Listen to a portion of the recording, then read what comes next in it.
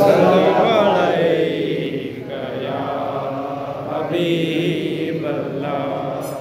सल्लल्लाहु अलैका या रसूल अल्लाह वसल्लम अलैका या हबीब अल्लाह सल्लल्लाहु अलैका या रसूल अल्लाह वसल्लम अलैका या हबीब अल्लाह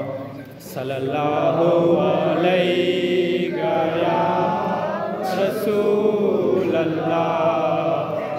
वसल्लम अलैका या हबीब अल्लाह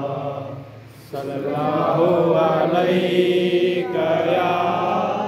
रसूल अल्लाह वसल्लम अलैका या हबीब अल्लाह सल्लल्लाहु अलैका या रसूल अल्लाह वसल्लम अलैका या हबीब अल्लाह सल्लल्लाहु अलैका या रसूल अल्लाह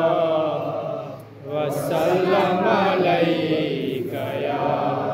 हबीब अल्लाह सल्लल्लाहु अलैका या रसूल अल्लाह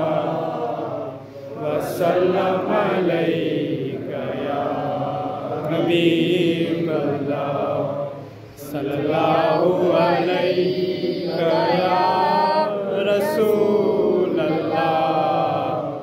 वसल्लम अलैका या हबीब अल्लाह